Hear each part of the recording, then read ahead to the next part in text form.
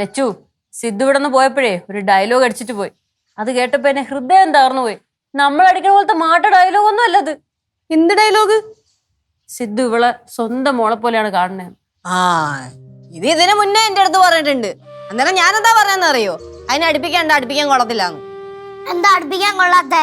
ഇതല്ല സ്വഭാവം, പിന്നെ എങ്ങനെ അടുപ്പിക്കും? പാവം സിദ്ധു.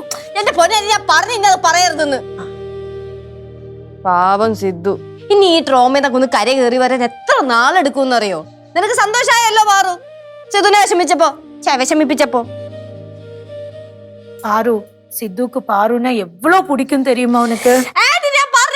ഡയലോഗ് പറയരുതെന്ന്. அதில்ல, அதுக்கு சேர்த்து ஒண்ணு கூட சொல்றதுக்கு இருக்கு.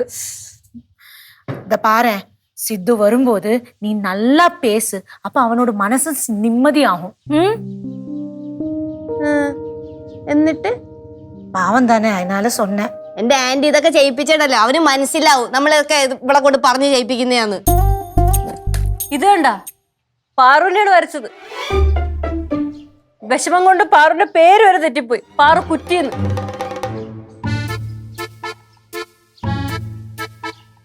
കണ്ട പാറു, സിദ്ധുവിന് നിന്റെ അടുത്തുള്ള ഇഷ്ടം കണ്ട, എന്നിട്ട് നീ അവന്റെ അടുത്ത് പെരുമാറുന്നതോ ഇങ്ങനെ? எவ்வளவு அழகா வரைஞ்சிருக்கான். உன்ன மாதிரியே இருக்கு பாரு. முடி மட்டும் கொஞ்சம் கம்மி தான். நான் சொன்னேன்ல, சித்துக்கு உண்மையில ரொம்ப. ഇനി ഈ ഡയലോഗ് ഇവിടെ പറഞ്ഞ ഞാൻ എന്റെ വീട്ടിൽ നിന്ന് പുറത്താക്കും. ஐயோ, அப்படி செய்யக்கூடாது.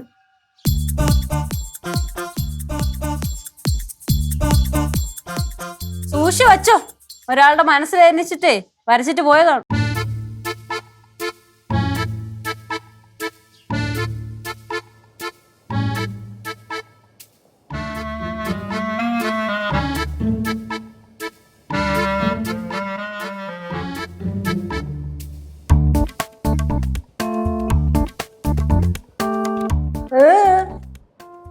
അല്ല, അളിയൻ അളിയനകത്തുണ്ട്.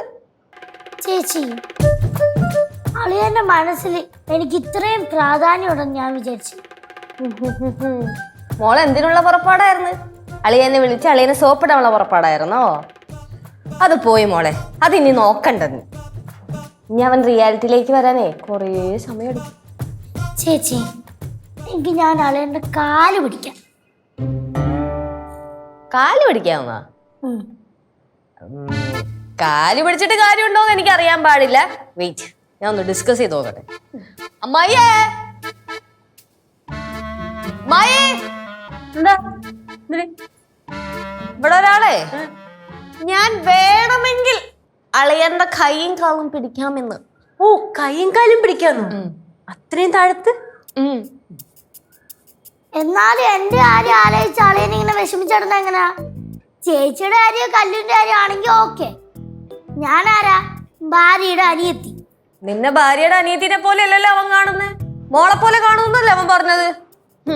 അങ്ങനെ കാണുന്ന അവനെ വേണം ആദ്യം ഒലക്കൊക്കെ അടിക്കാൻ. ചേച്ചി, വെറുതെ സിദ്ധോളെന്നെ വഴക്ക് പറയല്ലേ. അല്ലെങ്കിൽ ഞാൻ ഒരു കാര്യം മനസ്സിലാക്കണേ. എന്ത് കാര്യം? അളിയൻ എനിക്ക് എന്തോരം സാധനങ്ങൾ മേടിച്ചായിരുന്നു. ഒരു ചെറിയ സാധനം മേടിക്കാൻ മറന്നെന്നും പറഞ്ഞ് ഞാൻ എങ്ങനെ വഴക്കുണ്ടാക്കാവോ? അങ്ങനെ വഴക്കുണ്ടാക്കരുതെന്ന് മനസ്സിലായല്ലോ. ഈയിടെയായിട്ട് പാറുവിന്റെ സ്വഭാവം തീരെ ശരിയല്ല. അമ്മൂമ്മ എന്ന് മിണ്ടായിരി അമ്മൂമ്മ, ചുമ്മാ പ്രശ്നം വഷളാക്കാതെ. എന്നാലും എന്റെ കാര്യം ആലോചിച്ച് കരയാന്നൊക്കെ പറഞ്ഞ അതും പന പോലെ വളർന്നൊരു മനുഷ്യൻ. അങ്ങനെ സിദ്ധു കരഞ്ഞൊന്നുമില്ല, കണ്ണു നിറഞ്ഞ പോലെ എനിക്കൊന്നും തോന്നി, അത്രേ ഉള്ളൂ. பாரு, அது அப்படிதான் பாரு. நம்ம நேசிக்கிறவங்க நம்மள்ட்ட சண்டை போட்டுனா நம்மளுக்கு அழுகழுகியா வரும். സത്യമല്ലേ? കിടില ഡയലോഗ്. இல்ல, எனக்கு எப்பவாவது இந்த மாதிரி பிலோசபி எல்லாம் வரும். அது அடிக்கடி மூளையில வரும்போது அப்படியே சொல்ல வேண்டியது. കഷ്ടം. எதுக்கு நீ கஷ்டம் சொன்ன? അത് ഞാൻ സിദ്ധുവിന്റെ കാര്യം ഭയങ്കര കഷ്ടാന്ന് പറഞ്ഞതാ. പാവം സിദ്ധു. വളരെ കൈയും കാര്യം പിടിച്ചു നോക്ക്. വിളി. ഞാൻ തന്നെ വിളിക്കണേ, നീ വിളി. അളിയെ തുറക്കളിയാ പ്ലീസ്. അളിയന്റെ മോളാ വിളിക്കുന്നേ.